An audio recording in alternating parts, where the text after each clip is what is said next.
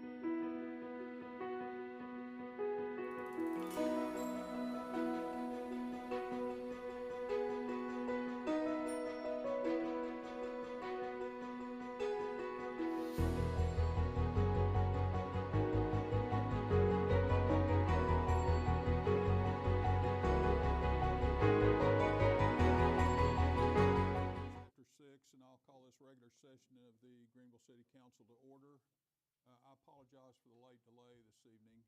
We were in some other meetings, but thank you for coming tonight, and I'd like to ask everybody to stand for the invocation by Reverend Grant Grisham, First Assembly of God Church.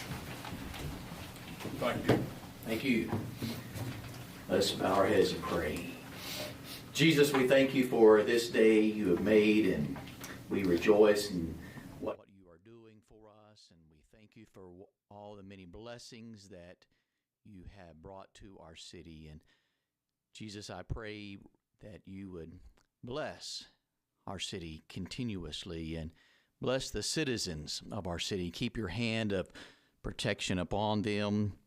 I thank you for our first responders and those that serve to protect our city. I pray that you would bless them and that you would keep your hand of protection upon them. And I pray for the city council and this meeting tonight. I pray that you would give each one of our city council members and our mayor, Lord, that you would give them wisdom and you would give them direction. You said in your word in James chapter 1 that you would give wisdom to anyone that asks from you. And today we seek you and we ask for your help and your direction for our city because, God, we want your blessings upon our city. And I pray that everything that is said and done tonight would be according to your will in your direction. And we thank you for it, and we pray this all in the mighty name of Jesus. Amen. Amen. Thank you. Please join me in the Pledge of Allegiance. I pledge allegiance to the flag of the United States of America and to the republic for which it stands, one nation, under God, indivisible, with liberty and justice for all. Thank you. Please be seated. I'll call your attention to two items on the agenda tonight. There are citizens to be heard and public testimony. Those are opportunities for the citizens to address the council. On citizens to be heard, you can address the council on items that are not on the agenda or otherwise scheduled for public hearing. And tonight there are 3 public hearings. So, and for public testimony, you can address the council on any item on the agenda, starting with tonight, it would be resolutions, item 8A. So if you see that on your agenda, well, that's it. So are there citizens to be heard? Yes. Robert Lee Pierce.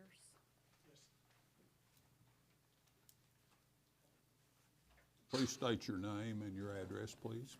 I'm Lee Pierce, and I live at 3215 Washington Street. Thank you. And I submitted an email to all of the council members, Mr. Mayor, and just a list of concerns that I compiled from other citizens of Greenville that I've had since I've moved here. And I moved here with my husband in November of 2021, and so we from Arlington, Texas. I do have a list of the concerns that were on the email if anybody would like a copy of that, a physical copy to look at. And so I'm just going to go over some of the bullet points on it. I'm not going to go into the details of it, if that's okay. Please submit your list to the city secretary and she'll distribute it to all members of the council then. Or if you have copies for all of us, just do that now. Okay, that's fine. That's fine. Thank you.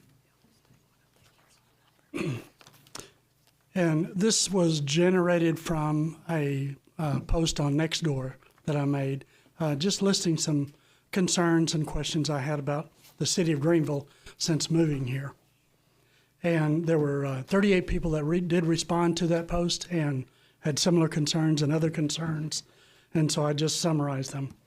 The first one is planning and zoning does not appear to have any particular structure or restrictions to protect citizens' investments. And just in summary, there's a lot of variation between structures in a neighborhood. They're building $300,000 homes next to homes that are $100,000 or less. And so it just doesn't seem like, and there's businesses being operated in neighborhoods, and so it's not protecting the citizens' investments on their homes.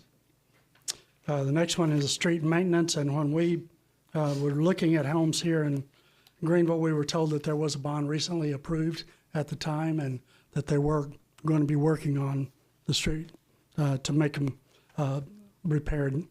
Now, what we've seen is limited repairs being made, and I know that you can't repair all of them at one time, but it still seems like it's focused more south of, I guess, of Joe Ramsey and not north of Joe Ramsey, which a lot of bad streets in this part of town. The truck routes approved for city are outdated and need to be revised because they go through heavy traffic areas and where there's a lot of small businesses and things. And there is one particular intersection that you can see the truck tracks are going across the corner of the intersection because it's not a big enough intersection for trucks.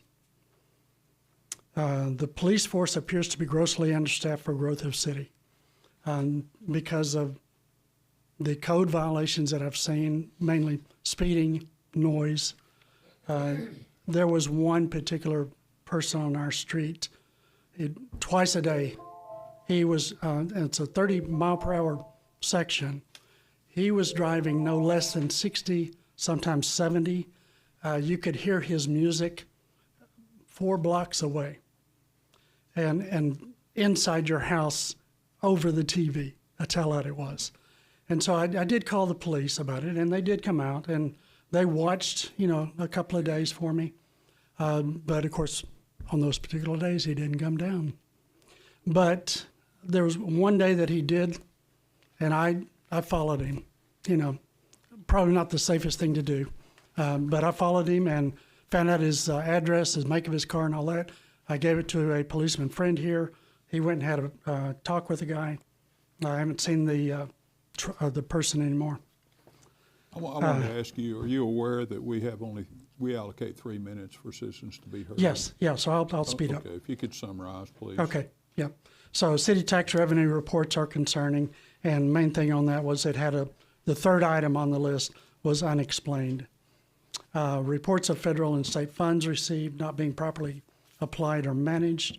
There was a report about funds for a county road, and then a discussion about using half of that for other things besides the county road.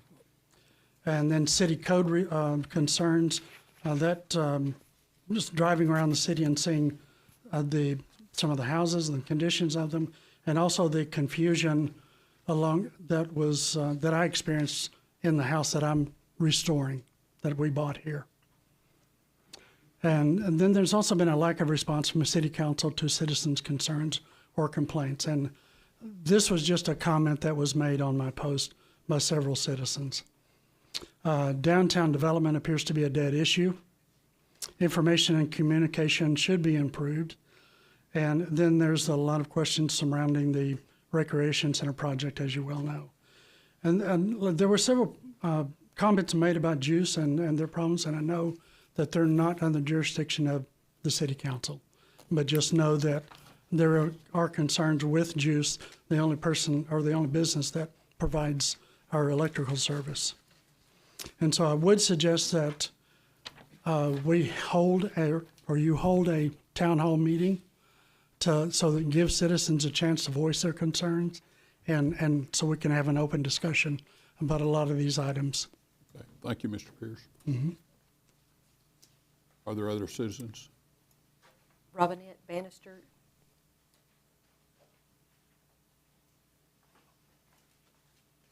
Hi, Robinette Bannister, 6920 Sale Street. With this agenda item, I'm very much for any measures that are going to be for the fortifying of any of our city water plants, electric grid, whatever we need to do. I've really noticed a lot. I've been speaking with my councilwoman, Ms. Washington, about some misuse of areas around town. I know we're addressing that. We're talking about, just want to openly encourage the citizens of Greenville, of the county. When you see something's going on, please reach out. I know we are short-staffed with the police. Hopefully that will be rectified as we start with the hiring. I'm seeing that they're doing that. But we do, as citizens, also have a responsibility to, when you see it, do something about it. Don't just leave it on your doorstep. Don't leave it on the police doorstep. Don't be violent. I'm saying speak up. Let's get some things addressed, and this is the place to do it.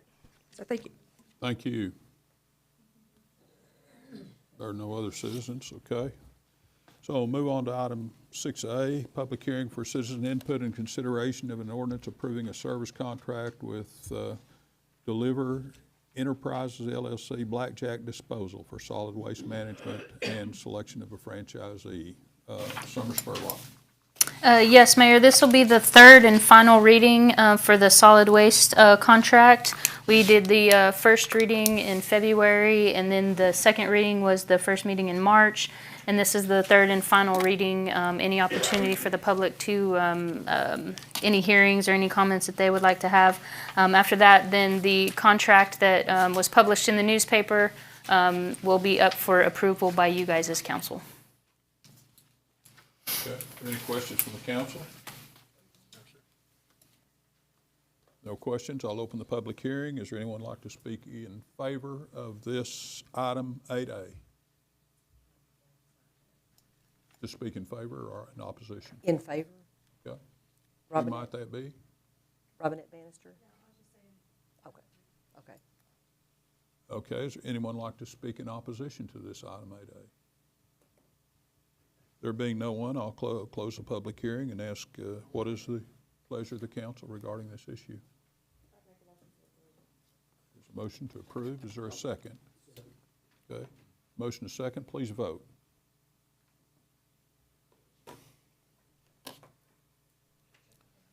And it passes unanimously. Okay.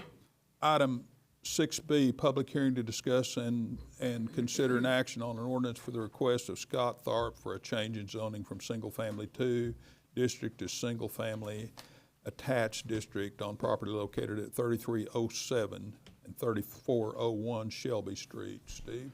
Yes, sir. Mayor, council. Mr. Thorpe has bought 2 pieces of property on Shelby. Yeah, that'll work right there. He has built some new houses in here, and he's developed this piece across the street. Those are all single-family 2 zoning. He is seeking on this property right here, if you'll look at the screen, and this property right here, he's seeking to build townhomes, 2-story townhomes on those. I believe there'd be 15, a total of 15 townhomes built on this lot. It's currently zoned single-family 2. He's seeking single-family attached, which you can ask for that. Let me see. Is that other? Yeah. This give you a better idea of what we're looking at here. It's a track 2 is a pretty big track. There would be 10 townhomes on this. Some of those would face Shelby. Some of them would face Colorado, and then these lots here, there would be 5 on this one, 5 or 6 that would face Colorado. I sent out 16 letters. I got 5 back that were opposed to it. I got 1 back that said they were in favor of it, didn't really say anything of that. And I believe in your packet you should have had 2 or 3 letters that were sent. They pretty well said it. I mean, you're changing if you change the zoning, you're changing the density here, and that was one of the things they were concerned about was the density. 15 homes, you're putting a whole lot more vehicles in, could actually be on what would probably end up being 4 single-family homes. So there was some concern there.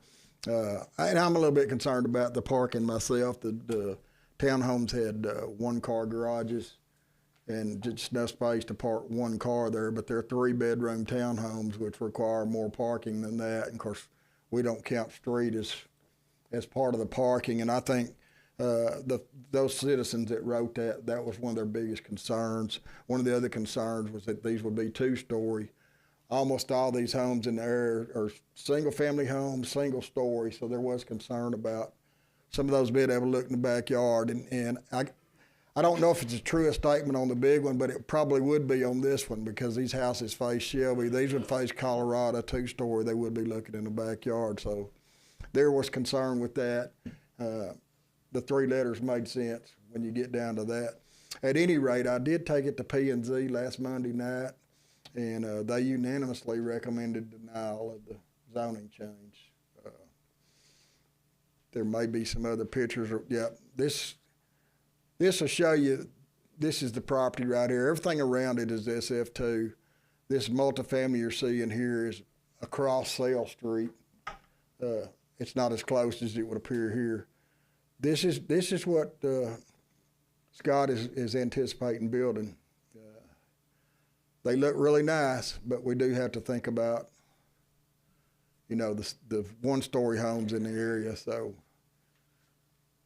you know, you're looking at a recommendation of unanimously against it from P&Z. Scott is here tonight, though, and I'm sure would like to be able to address y'all. He'll get an opportunity. Any questions from council? Okay. That being said, I'll open the public hearing. Would someone like to? Can I ask Yes, sure. Yes, sir.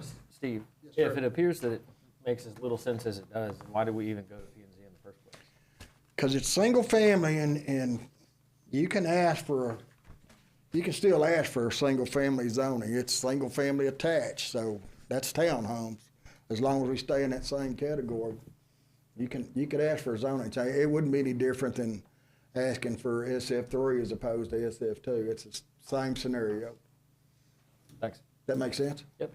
But though this is a great opportunity for the neighborhood and the townhomes look amazing, you did say that you oppose as well, right? Like you don't suggest it because, I mean, when you're driving in that area and you live in that area, yes, traffic in that area, if we build these townhomes, it will be horrible. There will be no getting in, getting out. We already need to have Colorado Street redone. Yes. So adding on new homes in that area would not be the best idea. Yeah. I mean, I think the biggest and best use for it is what it's zoned, which is single family too. You get 3 or 4 houses out of it. I think it's just a bigger piece of property, and he was looking at an opportunity to do something else. Okay, any further questions for Steve or comments from the council?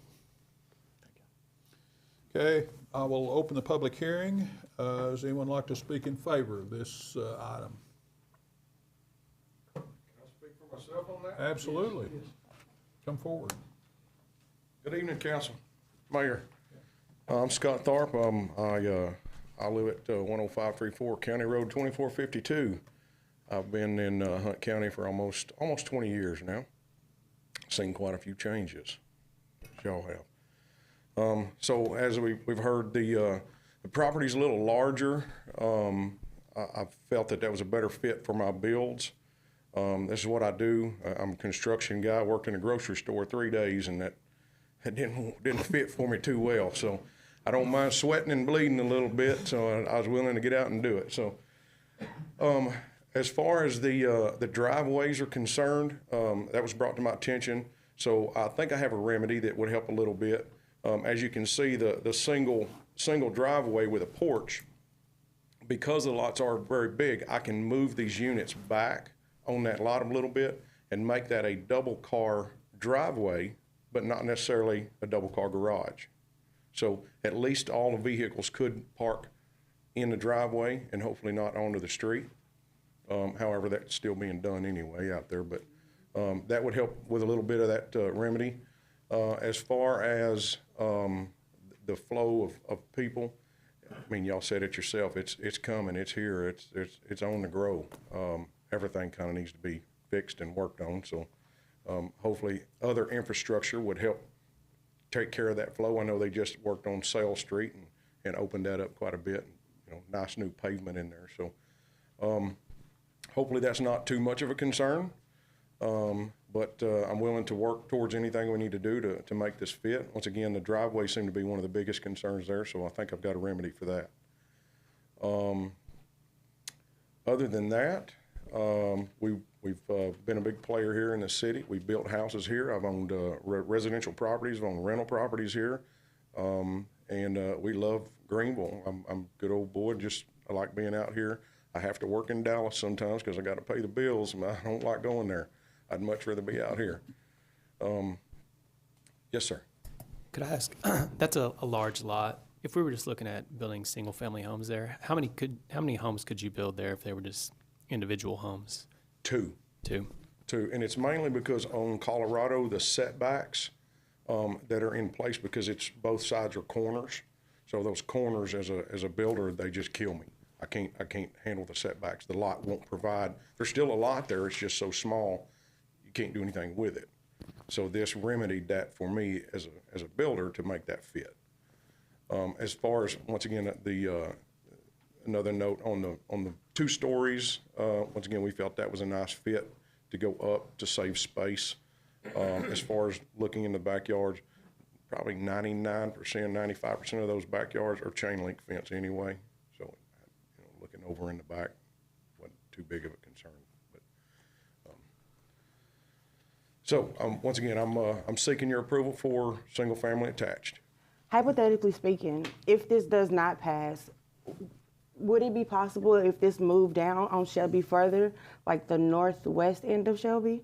Would that be possible? Could it be possible? West, Yes. possibly, yeah. At that point, I mean, you're gonna get farther away from single-family homes, and you have more access to get out there. Okay. Possible. That'd be up to y'all. Okay. Well, Mr. Tharp, thank you for your presentation tonight and your investment in Greenville all these years. We certainly appreciate that. Yes, sir. No matter the outcome tonight, I hope you'll continue to invest with us. Yes, sir, absolutely. Okay. Thank y'all for your time. Mayor, can I ask Steve Yes. one question real quick? Sure. Steve, since you went to P and Z already, Mr. Tharp had a remedy, thanks for the parking situation. Would you have to go back through P and Z to see if they would consider that as an option? If you want to do that, you could send it back with that new caveat, but I think that wasn't the only driver for P and Z. Right. I mean, all of that over our single family homes, and then the lot density of it. The lot density of SF2 is 9,000 square foot. The lot density of this is 2,500. So you can imagine how many. I mean, you're going to add 15 houses over there where we could have 2 or 3. I guess directly what I'm asking you is, do you think that's going to make a difference in P and Z if we send it back to them? For parking? No. No, I mean, parking's already an issue over there. There's times over there when we worry about if we could get a fire truck down through there. So I don't think it would. Thank you. Some of those, let me go ahead and say this, some of those townhomes, I don't know if they're going to be sold or if they're going to be rental property. I do see a lot where rental property happens and have garages. They don't get used for vehicles. They get used for storage. Because a lot of times it's a home moving into a smaller place and they want to keep their stuff. So. Thank you. Mm-hmm. Okay, does anyone else like to speak in favor of this item 6B? If not, anyone like to speak in opposition to this item?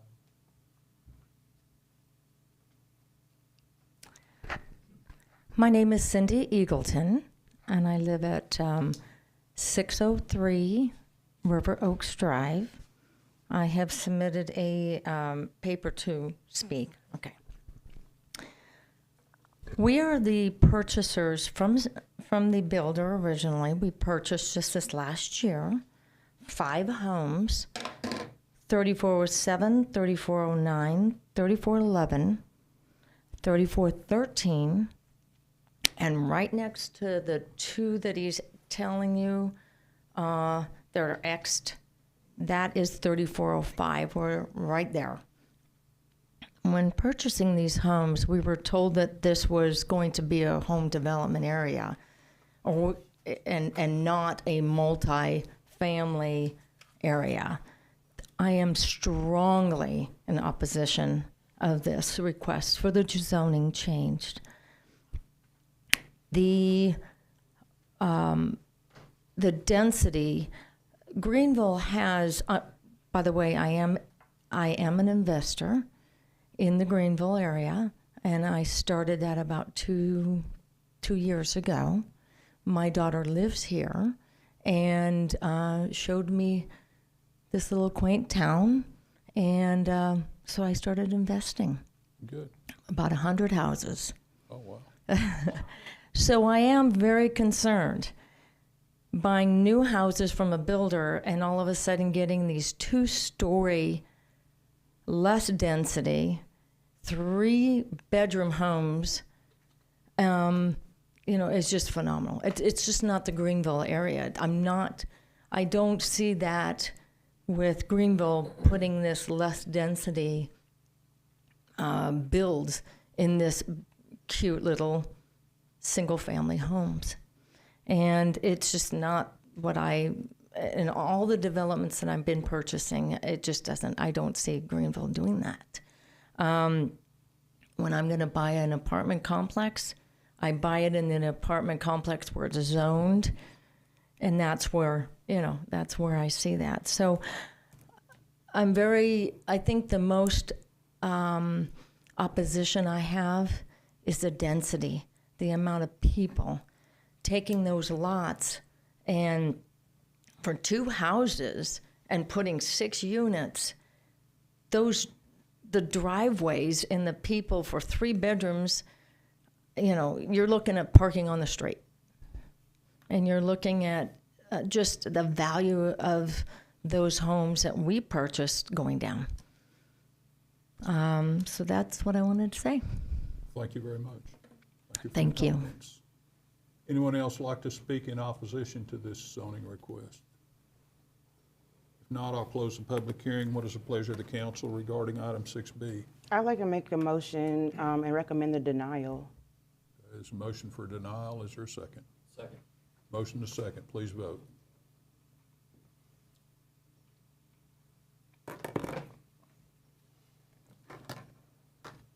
And it passes unanimously. Item. Gets denied unanimously. Huh? It got denied unanimously. Okay, yes, it got denied unanimously. The motion passed unanimously, but it denied, yes, it certainly did. Thank you for correcting me on that. Item 6C, public hearing to discuss and consider an action on an ordinance for the request by Brent Money to amend PD 2 by amending section 39.8 of the ordinance number 706 to include general retail use on property located at 3700 Joe Ramsey Boulevard. Steve. Yes, sir. This is out by the hospital. I'm sure most of you are aware of it. It's where a lot of the doctors and dentists' offices are. Around here in Wellington, we got the funeral home and some more doctors and dentists' office. So all this property is on planned development, way back there. I don't even know how old it is, but it's very old. So the request is this piece of property I've got marked right here is part of that planned development. That particular planned development, the way it was written, you could only build there. It had to be a medical type use. So about the closest you could get to general retail would be a pharmacy or something like that. So what has happened is you've got all these doctor's offices, and many of those are actually vacant today. The hospital's adding some more on right now, and I don't know if y'all been down Wellington lately behind the hospital, but we're in the process of building a 17,000 square foot, another doctor's office type scenario, and then on down the road, we already have those built. So this thing kind of lost its steam, really 15 years ago or more. So we've never been able to market it, so he's got an idea that he wants to do, and I think it's a good idea. So what we're asking here is to amend the PD and allow general retail use. I don't know if I've got a better picture of that. I do. If right here, this PD, I didn't mark it all out, but this PD, Long Branch runs, of course, across here, and that PD runs from this property line all the way up to Wellington and down Wellington a little ways. The property just east of this one is already zoned general retail, and it is all the way to Sale Street, where the bank used to be and where Mr. Taylor has the office and all there. So it's right there with it, contiguous. I don't think we're going to get another doctor scenario there or any kind of medical. So he is requesting this amendment to that, and to build something similar to this. This is not etched in stone, but something similar to this where you've got parking around it, and it would be of a general retail type use. Not a commercial, no gas stations, anything like that, but more of an office type or small retail is what he's wanting to do here. And it just makes sense to me, perfect sense. I did take this to P&Z last week, and they unanimously recommended approval of this one, and as staff, I do too. I would like to see something go here. It's sat here a long time, and we got an opportunity to do something with it.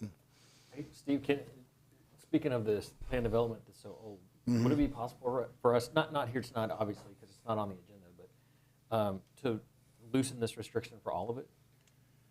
Well, I think when we amend it, that's pretty much. Is that what we're doing? Well, if you amend the ordinance, I think you can do that. You can amend it that way, because we're going to amend the ordinance. We can amend it specific to this acreage, or we could make it specific to the whole PD. I can't imagine anybody that would be upset with it. Of course, a lot of it's already built out for doctors' use anyway. Right, But- it's already but- achieved its purpose. But it's vacant. Right. A lot of it's vacant right now, not getting used. So you're right. It might give us an opportunity to do something else with it. Yeah. Should that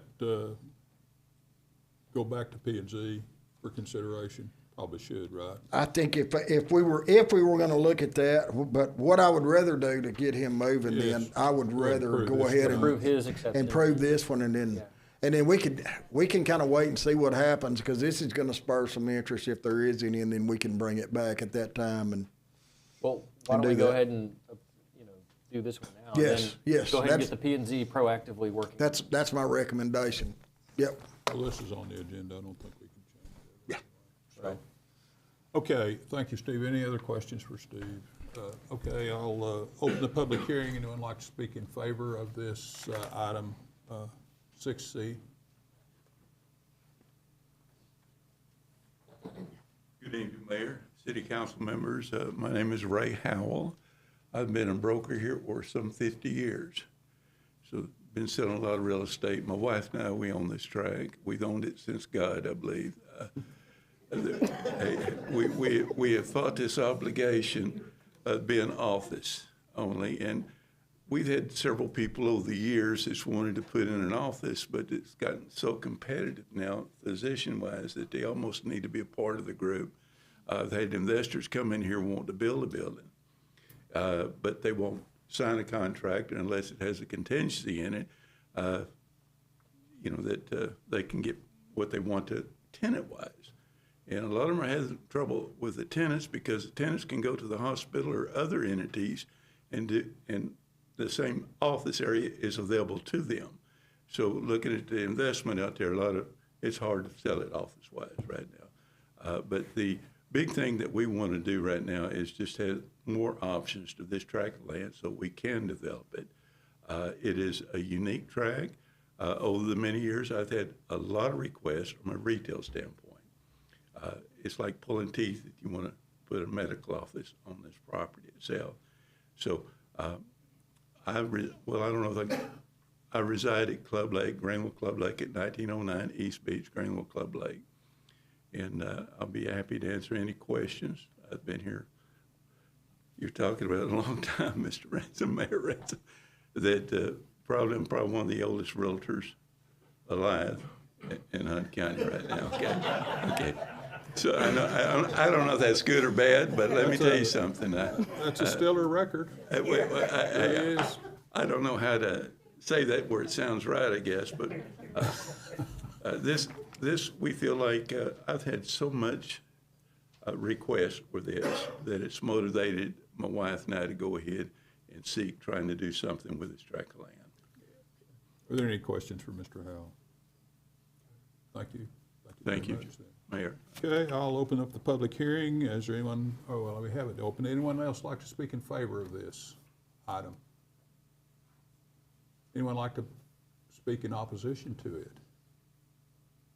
Being no opposition, I'll close the public hearing. What is the pleasure of the council regarding this PD2 request? I make a motion to approve. Motion, second? Second. Motion second. Please vote.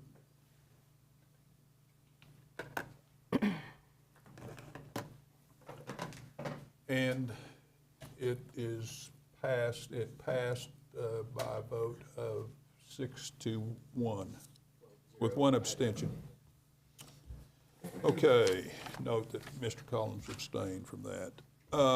Okay, moving right along to resolutions. There are no ordinances tonight. Resolutions discussed and consideration of a resolution authorizing the purchase of a SCADA lighting protection system for the water treatment plant. Summer.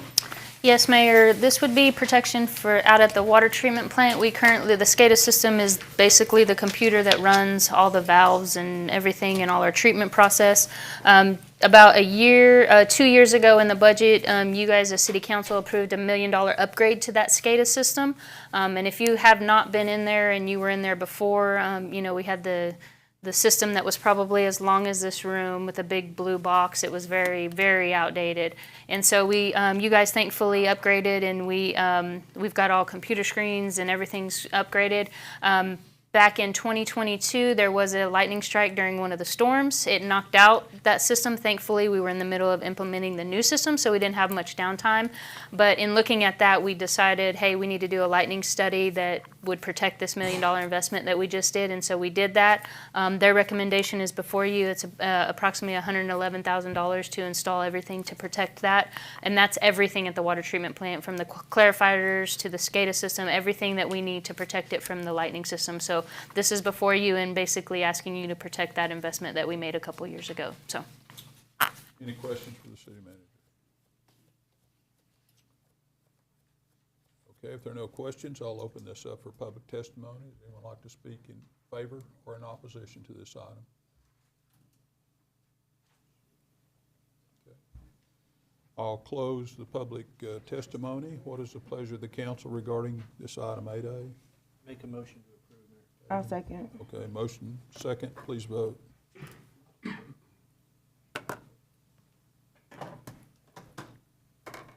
And it passes unanimously. Item 8B, discussion and consideration on a resolution authorizing publication of notice of intention to issue certificates of obligation in the principal amount of not to exceed $68 million, approving the preparation of a preliminary official statement and a notice of sale, providing for the effective date thereof, and expressing intent to reimburse expenditures to the incurred.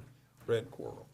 Yes, Mayor and Council, so I'll give a quick presentation and then I'll bring Paul with SPF up, talk about the finance side of it.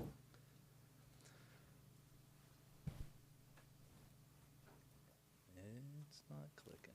Is it clicking?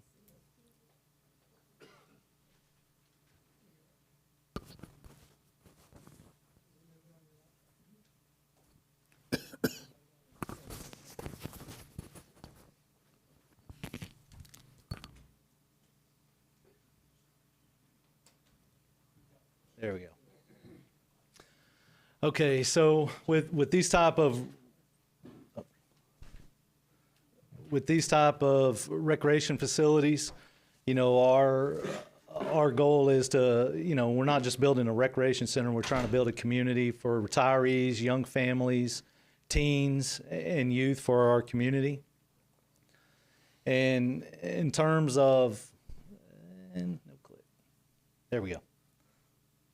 In terms of benefits, probably the biggest things are, promoting healthy lifestyles, reducing stress, cultivation of community relationships, promotions of public safety.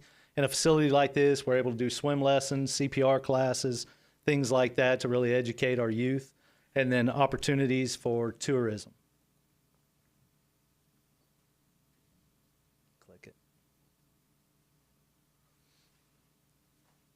For project goals, what we set was revenue neutral, no increase in city taxes, for the facility to be a regional attraction, and then address overcrowding at Reese Davis Recreation Center. In terms of our service area, so a facility like this, and what we've done is kind of laid out, 10 minutes from the sports park, 20 minutes and 30 minutes. So you can kind of see that inside the red is our city limits. So the service area would be about 30,000, 28,200. In the blue lines, when you go 20 minutes, the service population's 98,400. And when you go 30 minutes, it's 271,400. And that's moving this direction every year. It gets a little bit closer. So where are we at right now? Currently, we're working on program verification, and what that is our architect and architects are going through. They're going to look at our results, our previous findings for the economic impact, and they'll add to that. They're going through the survey results that we conducted, the demographics, and then our project goals. And then what they'll do is use that to kind of put together what a community our size can handle facility-wise, what amenities need to be in there. So how many courts, how many lanes, all that good stuff. And then kind of what the timeline's going to look like is, the program verification lasts about 6 weeks. So the end of this month, we should have a pretty good idea of what programs are going to be in facility. And then they'll start schematic design. So by August, we should have some sort of image of what that looks like, what that facility is going to look like. And then project sites, again, to hit on those, it would be, this project would affect Reese Davis Recreation Center and then the Greenville Sports Park. And for the sports park, just kind of highlight what we're looking at there. It's going to be adding a facility, an indoor facility there at the sports park. And then in yellow, you can see the parking lots. It would be adding the additional parking there at the existing facility. Top right-hand corner, soccer field lights, lighting the soccer fields so that we're able to utilize them after hours or when sun's down. And then the pump track in the bottom right, which can be used by skateboarders, rollerbladers, bicyclists, anybody, anything on wheels except for cars and golf carts.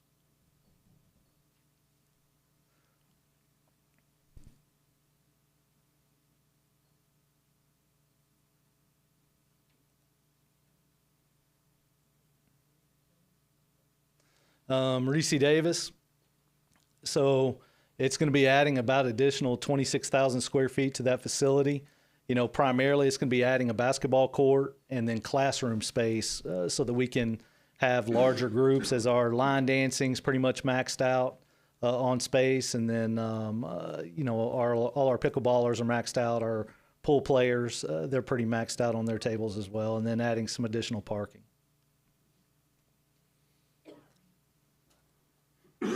And then to kind of talk a little bit about the project budget, again, overall project cost $65 million.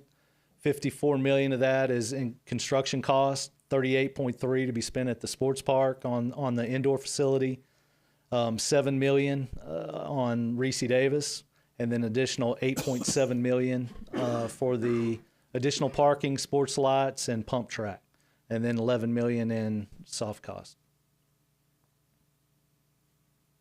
And I'll be more than happy to answer any questions. For Mr. Quarles?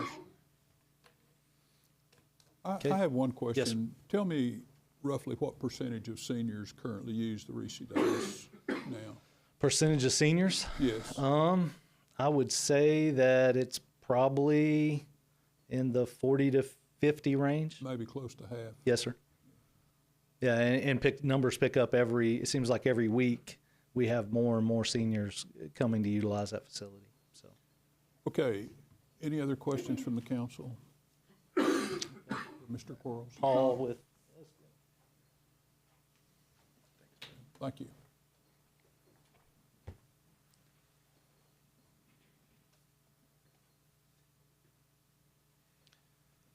Ready for me to go, Mayor? Yes. Okay, there's the presentation. Paul Jason with Specialized Public Finance. I'm sorry. Here to talk about the CO process. Tonight just initiates that process. There's a resolution for the notice of intent to issue COs. So we're looking at obviously the projects that Brett discussed. The project budget was $65 million. That's what we're proposing for our not to exceed for our COs. Currently, we think the rate's 4.4%. Roughly. Let me see if I can move that. I don't know if I did that or 4.37%, roughly 4.4. That's 4.4 is in the notice of intent. That rate has about 25 basis points of cushion in there. If we were to sell today, it'd probably be low 4%. The transaction we just sold was high 3%. Rates have come up since we sold the last CO transaction in February, but we hope they come down in the next couple months on the long-term rates. 30 years, the final maturity, 2053. The debt service is just under $4 million over the life of the schedule for the COs. I'm on page, there you go, thank you. Again, the rate, 4.4%, 30 years, and that would be fixed. The schedule is to come back to this council in May once we have bids in hand. Page 3 is the sources and uses. Next page. So the par amount of the COs would be $65 million. Based on the current market conditions, it'd be a small premium that would cover the cost of issuance. So the city would net the full $65 million in proceeds for the certificate issue. Timeline on page 4. Again, this initiates the process to sell COs. This council can consider the resolution authorizing the publication, the notice of intent that will go in the paper August 6th, and then we'll come back more than 45 days later, take bids in the morning of May 23rd, and then have this council award the bids that night, and they're bidding the interest rate. And then we'll close around 30 days later, so the closing will be June 22nd. Rates have come down a little on the long in the last couple weeks, but they've, overall, 22 was a really bad year for municipal rates. The Fed next meeting is in May, so we'll take bids after that in early May. So we'll hope we'll have some stability in the market. Thankfully, the city has a good credit rating. This is going to warrant a number of bidders to participate like we saw in your previous CO issue. So that's all I had as far as the certificates of obligation. So thank you. Any questions for Paul regarding this? Thank you for being here Appreciate tonight. it. Thank you. Okay. Okay, at this time, I will open public testimony. And I'll start with anyone who would like to speak in opposition to our intent to issue these bonds. Anyone would like to speak in opposition to this? Yes, please come forward. Good evening, City Council members, Mayor, fellow Greenville residents. My name is Petra Irby. My partner and I moved here in 2018. We live at 189 County Road 1065. We love the small town feel and the warm sense of community here. I've watched a few city council meetings digitally, but haven't attended in person yet. So firstly, thank you for allowing me here today to share. I was recently informed of this proposal, but that it was only discussed in a closed executive session, the proposal to build the state-of-the-art sports complex, one to the tune of $65 million, but with interest approximately $118 million. While I do possess my own opinion on whether or not this needs to or should be built, I'm not here to argue that point today. However, I would like to voice my concern that this project was approved by the council without the input through a vote by the residents of Greenville who will have to pay for this. I understand some, but not all the complexities surrounding the approval, but that it was approved without a vote. I would like to know where and how we can find all of the information regarding the proposed constructions, the budgets, the bids, and the payment plans. I would also like to inquire why it was deemed appropriate to put the current and future generations of Greenville residents into all this debt without asking for our consent through a vote first. Thank you. Thank you. Anyone else like to speak in opposition to this item? 8B. Yes. Lee Pierce again. And a lot of the people that I spoke with on the post, they're not opposed to the project itself. They're opposed to the way it's being presented and being approved. They feel like that a project of this nature and this expense should be put to a public vote instead of, approved by the city council. And it may pass a public vote, but just something like this raises concerns over it. And some of the reports that have been circulated, and I don't know the source of the reports, but it showed a 10-year revenue, and it showed a loss for every year of those 10 years from this venture. And so it just raises a lot of concerns. There's a lot of questions about it, and I think it'd be good for the city council to spend a little bit more time with the citizens and allow them to have more of a vote on this. Thank you. Anyone else like to speak in opposition to this item? There being no one, I'll open the discussion for people to speak in favor of this item. I'd like to speak in favor. Tammy Powell.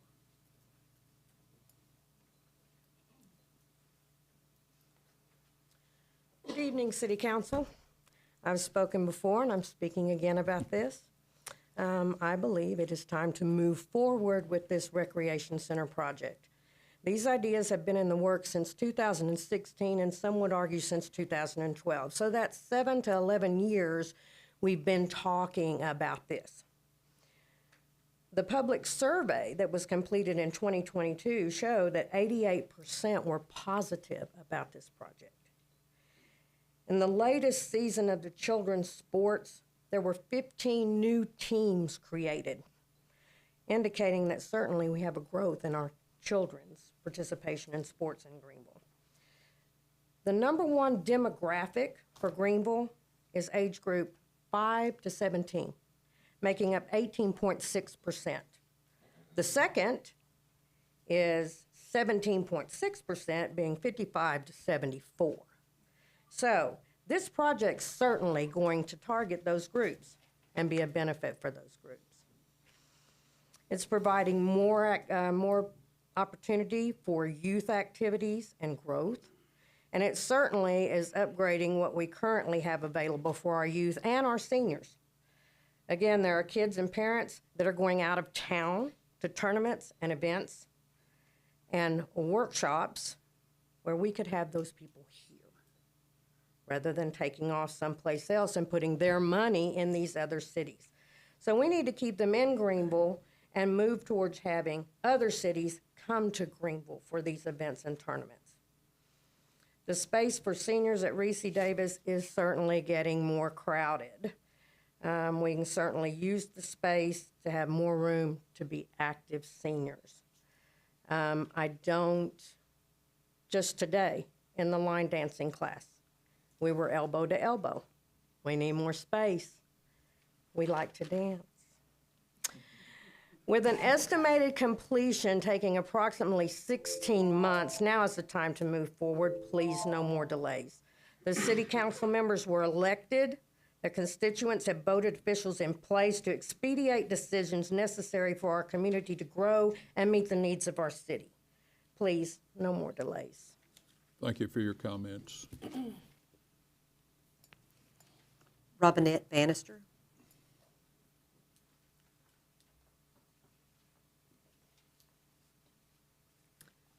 Council, Mayor, Robinette Bannister, 6920 Sale Street. I'm going to do my best to get through this in 2 minutes. It's spring, and I was recently at the Dallas Arboretum at the Dallas Blooms. I was sitting on the bench with Mr. Shakespeare, not really having much of, it's a statue. So taking in the beauty of all of the flowers and the trees blooming and, just kind of thinking about this project. A sneeze came on and I had an epiphany. We all know the process, the wonderful process of pollination. And if you garden, you understand the benefits of cross-pollination. This project for Recreation Center is a prime example of cross-pollination from the Rec Center to GSI, to the Greenville ISD, Paris Junior College, Commerce and Collin County Colleges, the hospital system, new retail, new businesses, new residential growth, which all comes back around and then cross-pollinates the other. And so we have this cycle of growth and this cycle of rebirth. I agree. It is time for Greenville to grow. It's time for Greenville to bloom. This is a bloom. This is going to help for us to move forward rapidly. This benefits all of Greenville, but not just Greenville, but everybody in the region. I am in the healthcare industry, and I did an event in October where I had to go all the way to Texarkana, and I asked, well, where's the nearest other event? In Dallas. Greenville is in midpoint. We are the hub. We are the middle spoke, or, part of this wheel that everything goes from. We have I-30, 34, 380. Our infrastructure is perfect for this particular project. It's going to benefit from birth to 90s. It's going to be used all day by seniors and veterans and those that are injured. I was focusing a lot on the rehab part of it. I know 2 minutes wasn't going to be enough. Just the last word. I also took some time the last week and a half or so to speak with Dr. Anglin at Paris Junior College. They already have expansion planned to grow, more buildings to come on their campus. We are talking about programs for high school students to go to the Paris Junior College, then to leapfrog onto larger universities at that facility that are cross-pollinated into this project. It's going to make such changes in Greenville. I am so for this. Please vote yes. Thank you, Ms. Bannister. Lonnie Schoenfeld.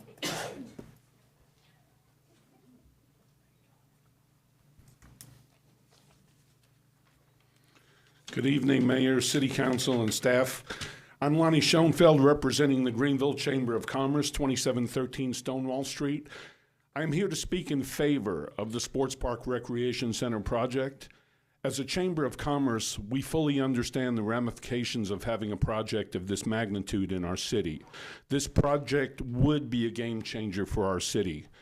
When families consider moving to Greenville, they look at the quality of schools, public safety, and recreational and entertainment amenities for their families. When small business and larger industrial plants research a city for their relocation, there are several factors that they consider. Cities that offer state-of-the-art entertainment and recreational facilities go a long way in making those decisions. But more than that, this facility will offer much-needed opportunities for senior health, veteran rehabilitation, sports medicine, as well as a healthy lifestyle benefit for our children and adult citizens.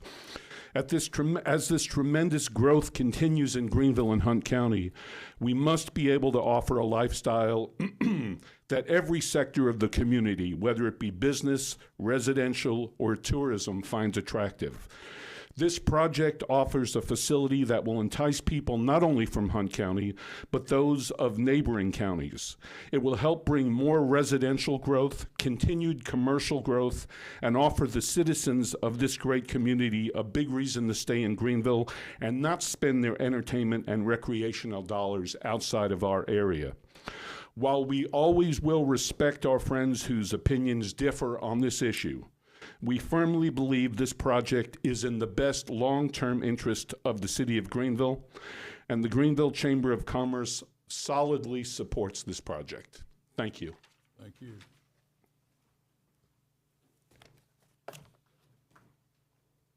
There are other. Holly Gray.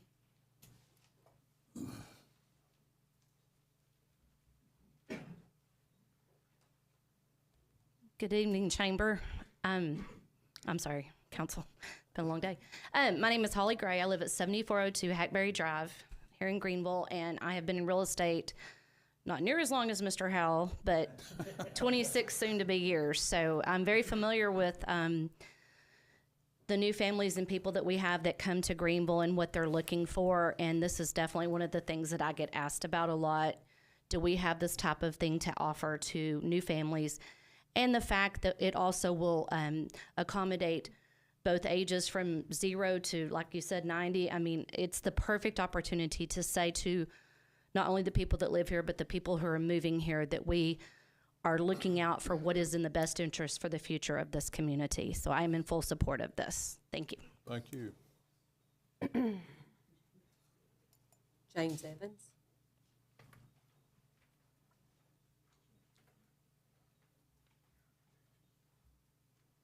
We get the clock back up on the screen, the 2-minute clock. She's got it on her screen. I can't see it. Or turn your screen around. We'll give you time, James. So- I should be under 2 minutes. I just like to see the clock. Can't get it, I'll live with it if you can't get it.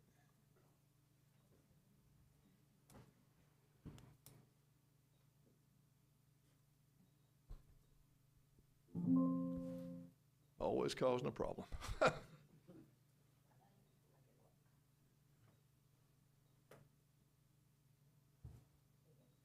James Evans, 6410 Buena Vista Drive, Greenville, Texas, 75402.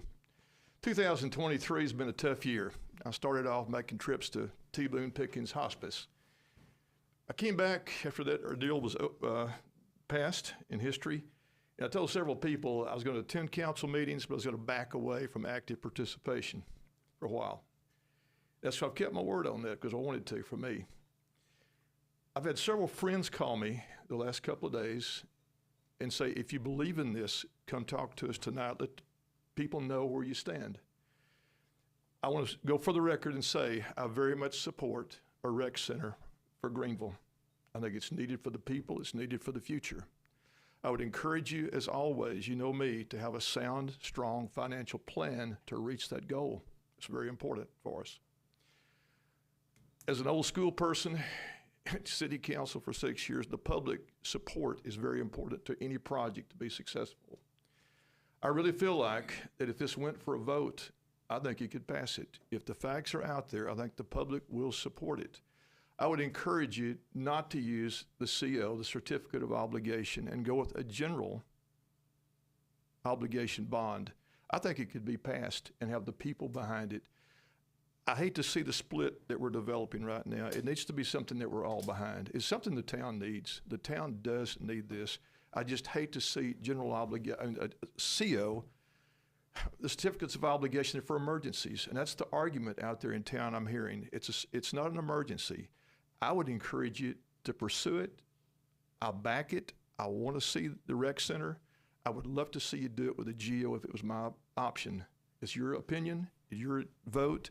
And when I walk out, I'm going to accept whatever you do. And if the voters vote, I'll accept that too. But again, that's where I stand. And I'm at 0.0. Thank you. Thank you, Mr. Evans.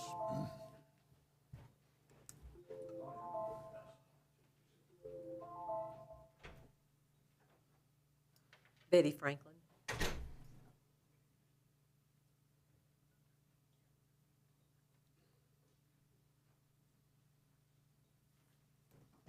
Good evening, Betty Franklin, 1811 King Street. I am in support of the Recreation Center. I am one of the senior citizens that enjoyed attending the Reese Davis Center. Yes, it's crowded. Sometimes we don't have enough space when we do activities. Also, during the summer when the children are there, we overlap with the children and doing the activities. And just want to encourage the city council, like the other ones have said, to vote and vote for the expansion. And I enjoy attend. Like I said, I enjoy attending because I meet people. We participate in games and activities. One lady said she participated in dance. We have a lot of educational activities. Guest speakers come out. So it's also a learning activities. Yeah, I'm focusing on the senior citizen aspects of it, but also there's so much can be done with the Reese Davis Center. And you've heard so much. Greenville's growing. And it's in North Greenville. We can walk there. So we don't have to cross Joe Ramsey to go the other side of town for activities. It's right in our neighborhood, and it's so nice. Thank you. Thank you. Jerry Morris. Hello. Thank you for allowing me to speak. I'm Jerry Morris, live at 2047 East Beach Drive in Greenville. I believe it was 1962 that they built a YMCA here in Greenville.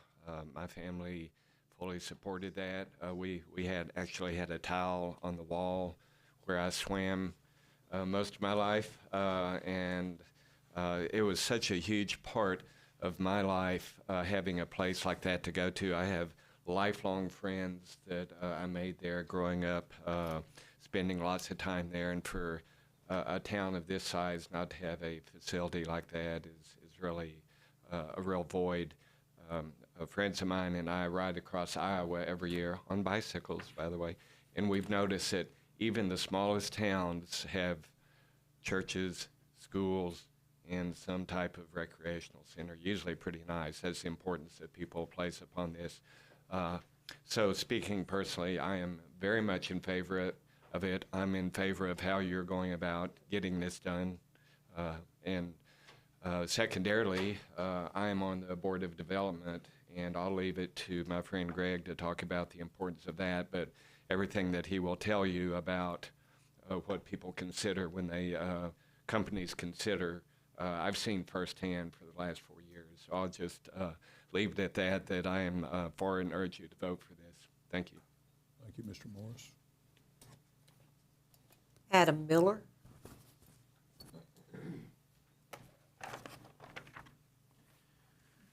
Council, Mayor, I appreciate you guys allowing me to speak tonight. So, as many people have said, you know, well, first I'll give you a little background on me. So I am a sports guy from the time I grew up, played sports most of my life. When college athletics didn't work out for me, I went into officiating. So I've done everything from the littlest of the littles all the way up to Power 5 conferences. I've been in nationally televised ball games, and I've actually worked internationally. The one thing that I've seen through all of my travels, starting here in Greenville, working at the various, working actually at the old YMCA, is a central rallying point for a community. And the central rallying point for a community from a lot of kids growing up is sports. Whether they continue that into high school, into college, in the professional realm, whatever, it's where they start. And, you know, as we're raising generations of children that are communicating with their thumbs, having somebody to be accountable to, being able to reach out and touch somebody, being able to speak and communicate, these are things that sports codifies and generates and makes us better at as a people. You know, as a 45-year resident here of Greenville, Texas, I've never seen an infrastructure project like this proposed, and I think it's high time that it is. For me personally, a lot of people have talked about the sports and traveling. I'm one of those parents.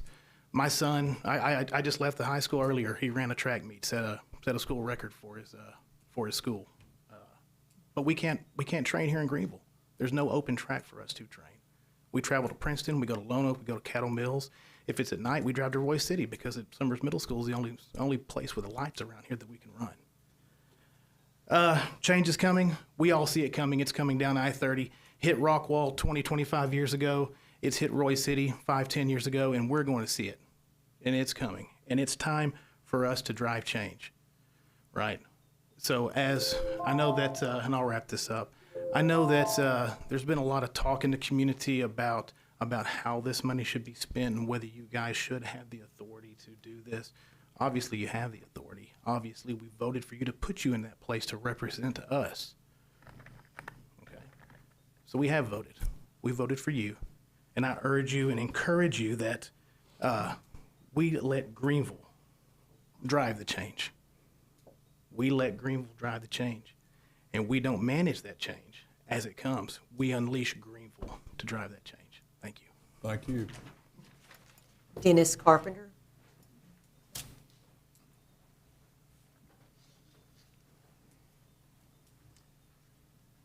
Dennis Carpenter, 3703 Coyote Crossing, right here in Greenville. I want to applaud y'all for putting this program together, having this presentation done, having surveys done, but I also want to applaud the citizens of Greenville. When you sit there and you listen to the input that they have, they've done their homework. 80% favor it in the survey. They know what businesses need. They know what elderly people need. They know what veterans want. They know what CPR classes are needed. They've done their homework. They trust you to make the right decisions. They like what you're doing. You've already heard it. We're getting this at 4.3%, maybe even actually 0.25% less than that. Rising interest rate environment, you don't want to be delaying things. Your citizenry has done their homework. They have faith in you. They have trust in you. You have the authority to do this. And it's exciting to be around an informed public. And it just, you can feel the energy. The people that, listen, we're overcrowded in one place. We're going to add 26,000 feet to that. We're going to do so many other good things. And we've got some young athletes coming up, and we need it, and we need it now. Businesses in particular, which we probably haven't stressed enough, L3 is trying to hire people. And when, as we heard from the realtors, when they're trying to hire them, they're coming in and they're wanting families to say, hey, what do you need? They need the rec center, and they need it now. Otherwise, those employees go to American Airlines, they go to Southwest Airlines, and we need them here at L3. I would strongly encourage you to vote in favor of it. Thank you. Thank you very much. Scott Ellis.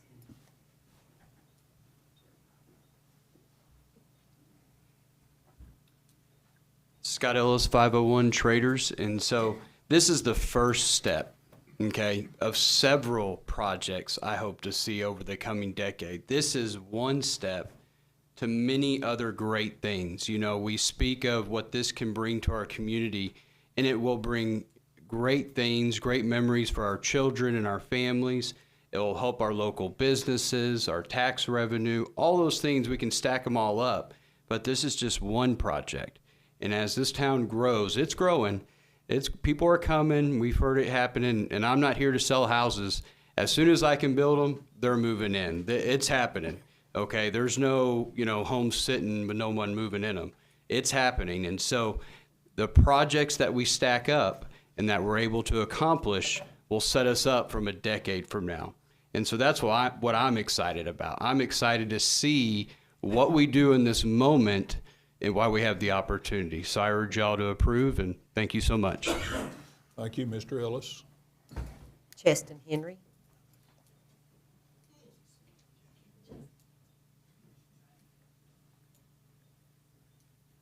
Hello, City Council. This is my first time speaking before you. I'm a little nervous, but I prepared something so I don't have to remember anything. I stand before you in total support of this proposal. I spent my entire life right here in Greenville, Texas. There are many people who don't know who I am, but those who do would probably say that I have a pretty good pulse on the young adult community here. In my professional career, I have experience in real estate and have helped many young families buy and sell real estate here. I'm also a member of groups like the Greenville Young Professionals, and I can tell you that this would be a really huge game changer for our community. What I know it to be true is kind of what Holly mentioned, and that's that young people move here and they want to move to a place where they can live, they can work, and they can play. We all have seen the incredible housing developments here and the new businesses that have opened their doors, but unfortunately, Greenville has seriously lacked in the play category. I stand here before you on behalf of young people who pray and wish that we had something like this in our community. Contrary to popular belief, our city is taking shape. A proposal that prioritizes spaces for families is an idea that I and many others can get behind. We have to act and do what we can right now to make our city competitive and have a city where our citizens can, in fact, live, work, and play. With this in mind, I stand here hopeful for what our city can become. This is a huge step in the right direction, so I urge you to vote in favor of it. Thank you.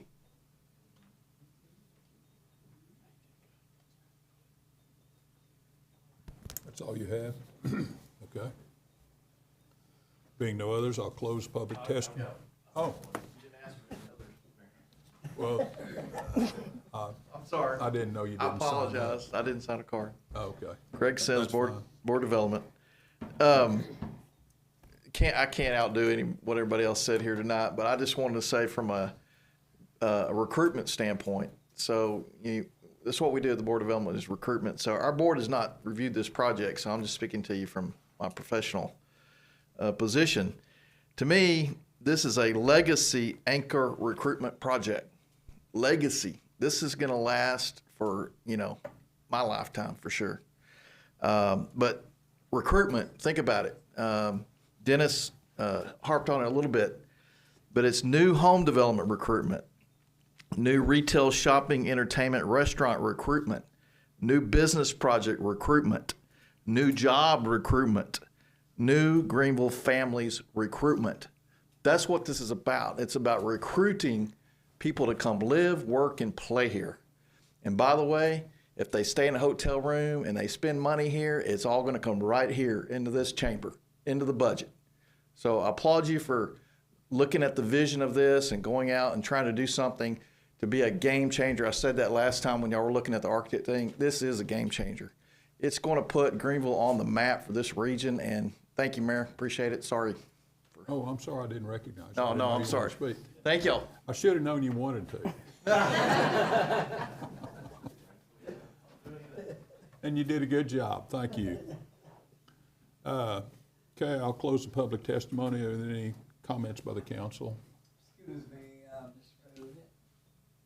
Yeah. I would like to have 2 words. Okay. Is it Come okay? forward and state your name, please.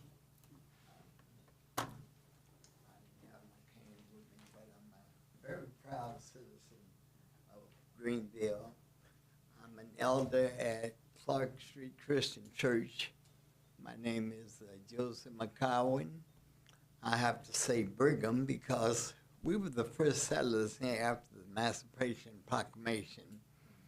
And there's so many talented and creative people that I've met. And I'll have to say the extent of all nationalities and races, which even makes it more positive as far as life and nature. My daughter just recently bought a new house from the development procedures that are happening. Going way back, I'm 83, but my grandfather and his brothers and families in Kingston and Sealess, they all worked together with Artie Murphy and his family. I've made presentation at the Artie Murphy Museum. I have relatives, their names are on the board of what they've accomplished during their time spent with the military, and to have lost their life, that's how my grandparents got their house and home. I turned it into a museum to respect and show the legacy of our family and how we are, I'm not going to say Christians, we're godly people, because all churches in my heart is representative. Whoever you praise, it's all related to the same Father, Son, and the Holy Ghost. So if it's in your heart and soul, we get our blessings and gifts from the Creator. So if we have this in us, you know, what goes around comes around, and it's just a matter of time that we have to spend in this generation. See, I was here when, as a family, I can remember some of my relatives taking me to the theater here, which I have participated, and they have shown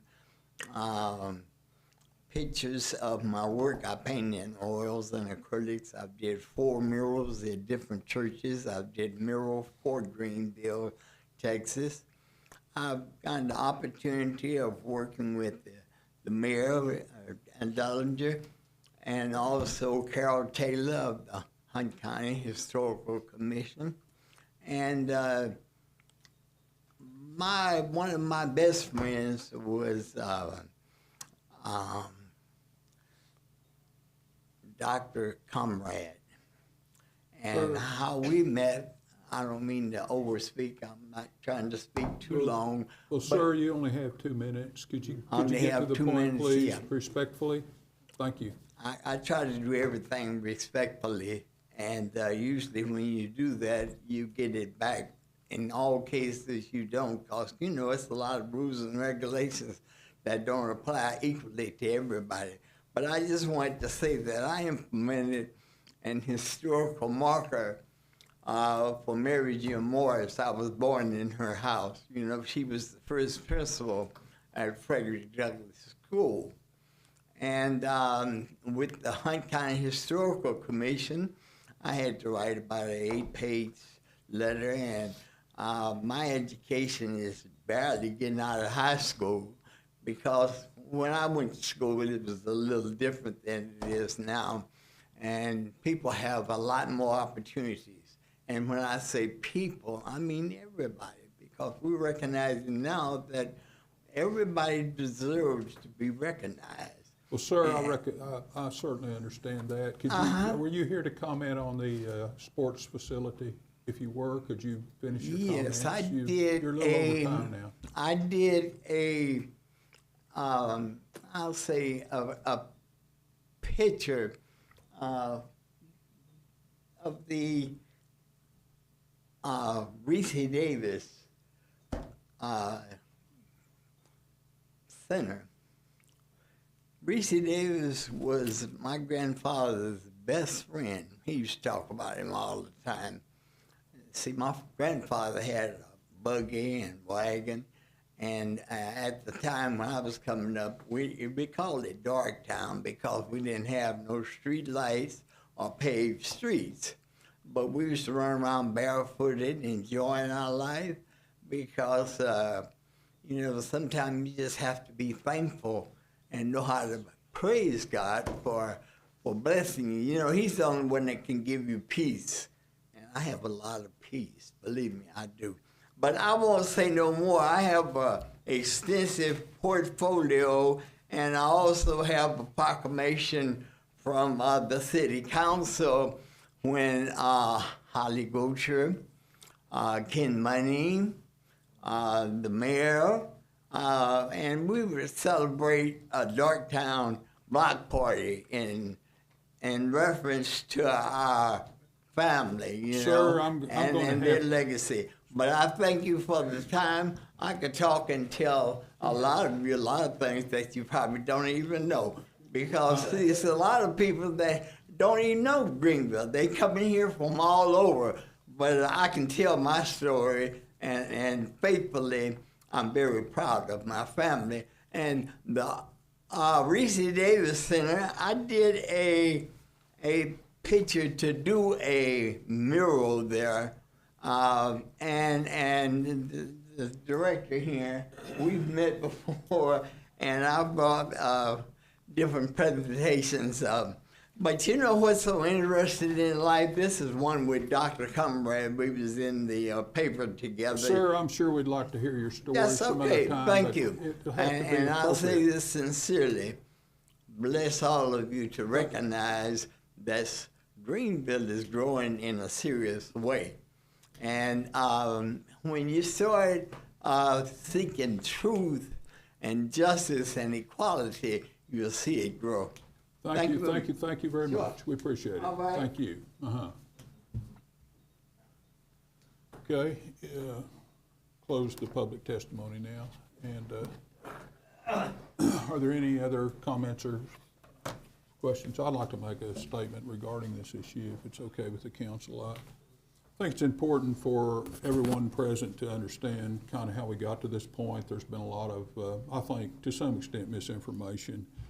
2 years ago, approximately 2 years ago, the city council budgeted over $190,000 for upgrades to the Reese Davis Senior Center.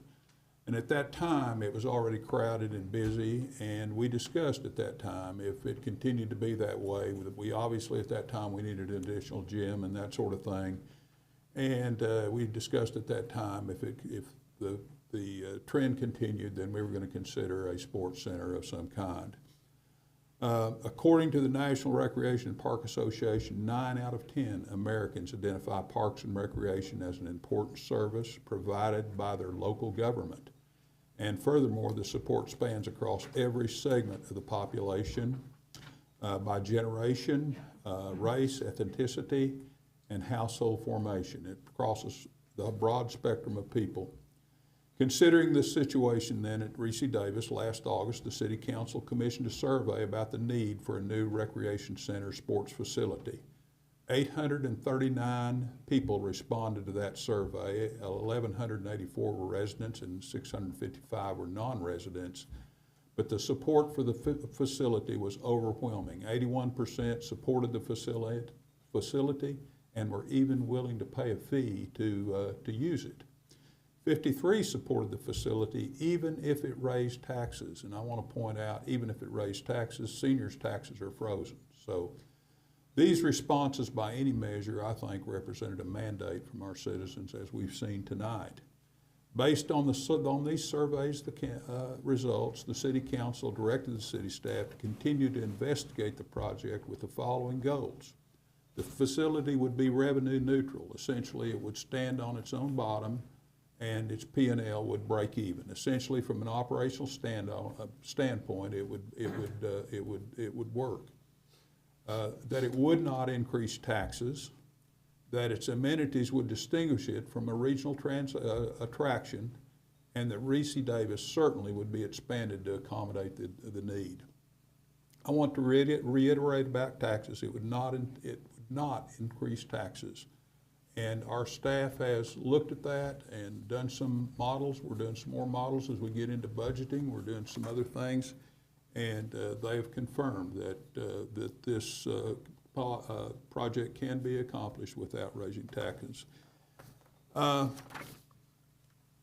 Greenville is growing. Everybody sees that. You see it in your traffic. You see it in everything. At the recent State of the Union, State of the City, I estimated that the population of Greenville could easily exceed 40,000 in the next 5 to 7 years. Maybe 40,000, 45,000, depending on the economy. We have a lot of aging infrastructure that hasn't been maintained for many years. The City Council has been preparing for the growth by doing upgrades to this infrastructure. I'm talking about the raw water line, the water treatment center, the sanitary sewer system, our roads, and that sort of thing. With plans in place to upgrade this infrastructure, it's time to focus, I think, on citizen amenities and quality of life in our culture. We can't continue to grow. We can't control the growth, but we will continue to grow, but we cannot control the growth in the future. Something like the recreation facility that will benefit so many people, young families to seniors.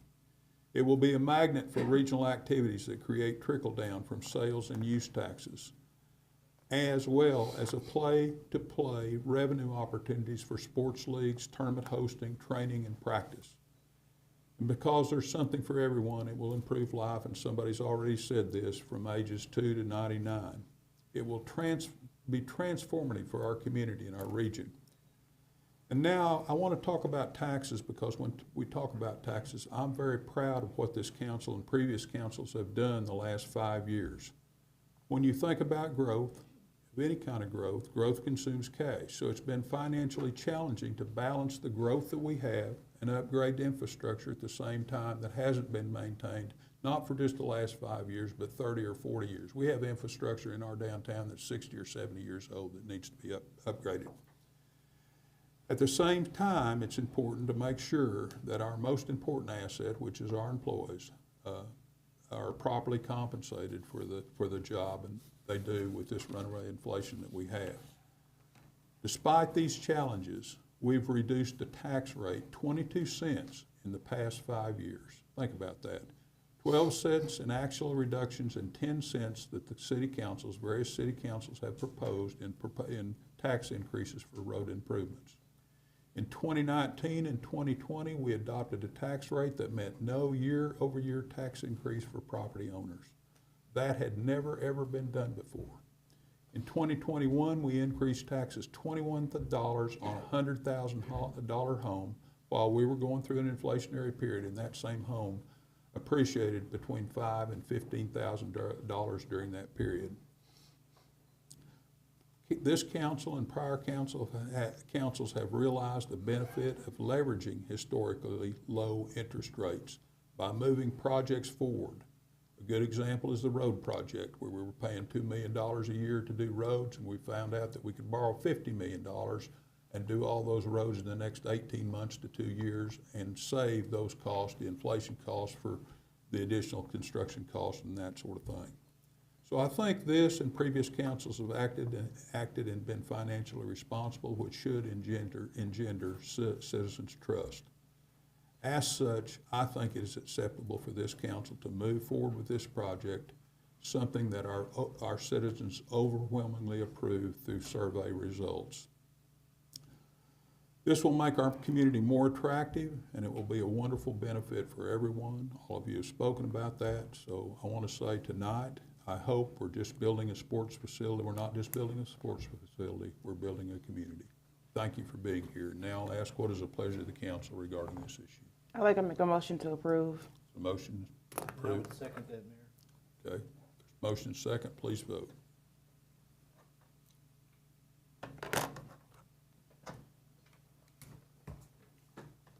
And it passes unanimously. I'd like to ask the city secretary to read the consent calendar. City council minutes, turn that up for you. City council minutes from March 14th. Resolution approving a temporary street closure for the Hunt County Festival of Arts. Resolution approving the Microsoft Office 365 license renewal.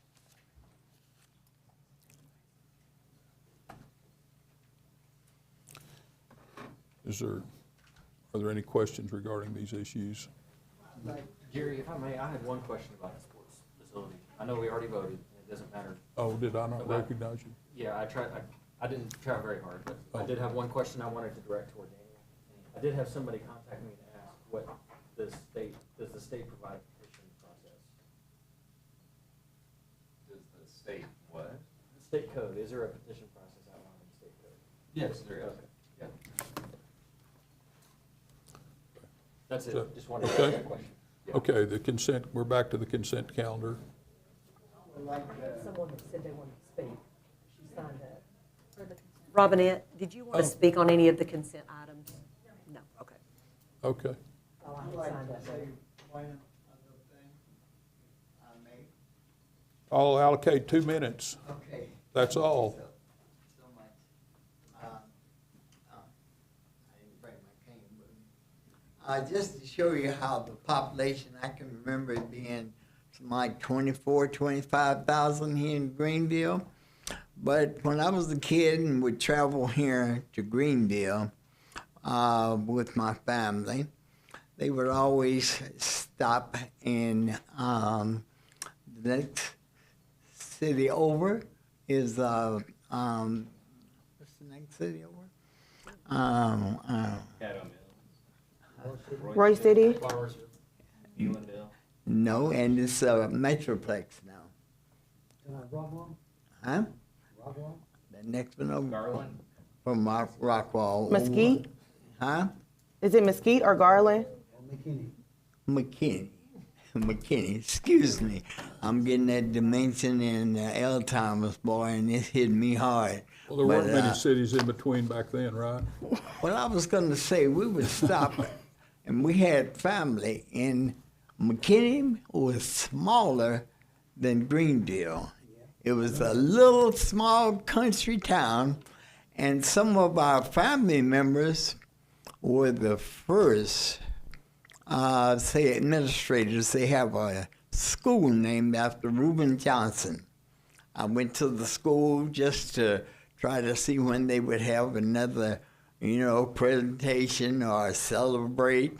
That's why I say you never know who you're around or who you meet. I don't try to underestimate or overestimate nobody. I don't care about what education, how they talk, how they look.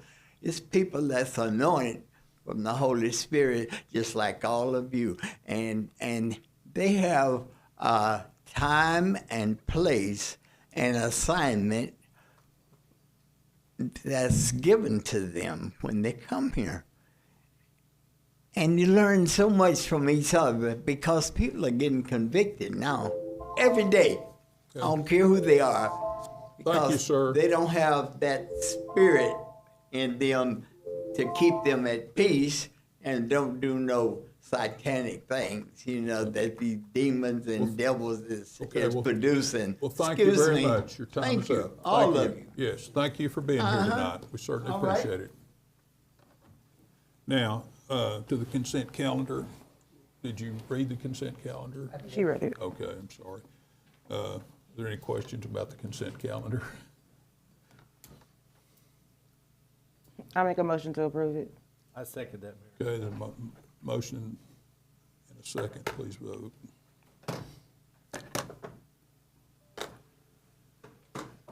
And it passes unanimously. Now you have the monthly status report from Summer.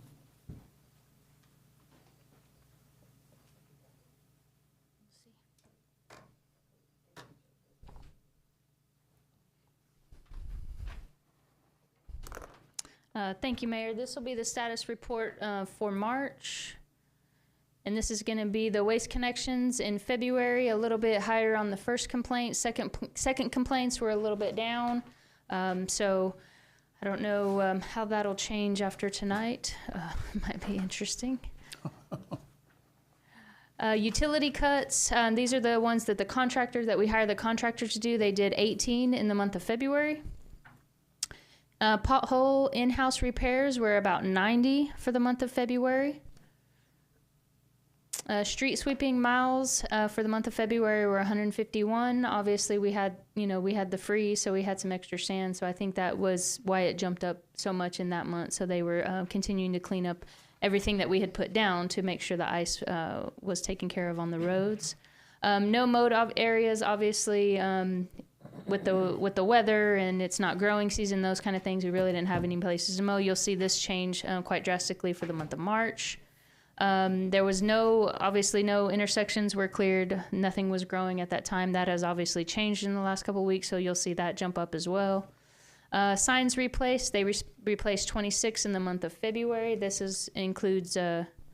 Yes, you had a question? I had a question about the signs. Uh-huh. So when we're replacing signs, I know that there's developments like Gillespie area of town. The sign that was on the corner on the right, it was a stop sign. Whoever done the sidewalk, concrete, whatever, the sidewalk area, they moved the sign completely from that corner and just dished it in a hole across the street. Okay. So we need to put that back up, is what you're saying? Yes, but is that like our responsibility or? Yeah, the signs are ours. Okay. Yeah, and if it was a contractor that did it, then obviously we'll contact the contractor and say, hey, you need to put our sign back where it was supposed to go. Okay. So yes, certainly. Yeah. Okay. Yeah, but anytime you see anything like that laying around town, obviously we can't be everywhere, but if you see something like that, just shoot me an email. We'll get our traffic guys. We've got Keith Hawkins. He's been here a long time, so he can fix all that, and he knows all very well. So. Okay. Yeah. And this does include new signs that for new subdivisions. So you see big spikes there, then they'll make street signs for subdivisions, things like that. So anything that new comes up. Okay. Building permits issued for the month of February 52. I would expect to probably see this increase a little bit. I mean, the 52 is pretty high actually for the month of February. Last February looked like there was 37, but we still do have, that means that they're starting to build some of those houses. I see some of our subdivisions, the infrastructure is being completed, so I would assume this would go up in the next, at least in the next year, on a good trend. Okay, COs issued were the same as last year. This just means that, not necessarily just getting into the places, so you'd see that increase as well. And no real big changes on the raw water line at this point. Still working with the pipe and the extruders and those kind of things. They're seeing a lot of positive things, no big changes, working with the engineer, making sure all our timing works out as far as construction and that goes. But the plan is still moving forward. So I'll take any questions if you have any.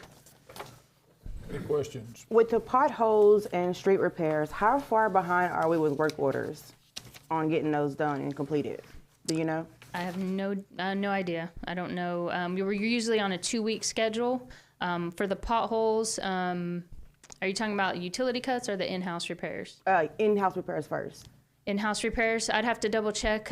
We just recently hired an interim street superintendent, so I can definitely get with Benny and ask him what the schedule are. And they usually put them on a 2-week schedule. And so if it's notified, then it should be fixed within 2 weeks, barring any kind of setbacks as far as weather. Weather sometimes affects it, sometimes makes some other places worse than others that maybe we had on the schedule, might bump it up. Asphalt, we've got a couple of options there that I've talked to them about, that, we don't just rely on one supplier, and so we can go to different places. So I think that's kind of gotten solved in that area. I'll definitely check and see where the schedule's at. I don't know that we're necessarily behind or ahead, or I don't know where. We're never going to get ahead, I don't think, but I'll double check on the schedule. And then I know back in October for that same department, Public Works and Streets, we were looking to hire. Have we hired anybody to kind of give them some assistance with what they're doing? Hired who in the public works? Have we hired any new crew members for our streets department? Not recently, not that I'm aware of. Okay. We've had, I think, a heavy equipment operator open. I'd have to double check with Sherry and see where we're at on that. But as far as new hires, I can't. On the utility side, we have a few that I can think of, but not on the street side. And you're saying back in October? Yeah, when we discussed this back in October, before we were talking about employing, being short-staffed in certain departments. So I know that was one of the departments. We're still down the street superintendent. That's why I've named an interim superintendent at that point. So I know that position's still open because he was actually in an accident on city time. Somebody ran into him. So we're still dealing with that. But as far as in other openings, I'll have to double check when we filled that. Okay. So. Okay, any other questions on the monthly status report? Okay, move to item 11, City Council discussion of proposed agenda items. Are there any items council would like to discuss? You have before you board and commission minutes for Planning and Zoning, Library Advisory Board, and Greenville Board of Development. And if there are no questions on those, at this time, we're going to an executive session under section 551.074. And this meeting is adjourned. Huh? Well, okay. Yeah, sorry.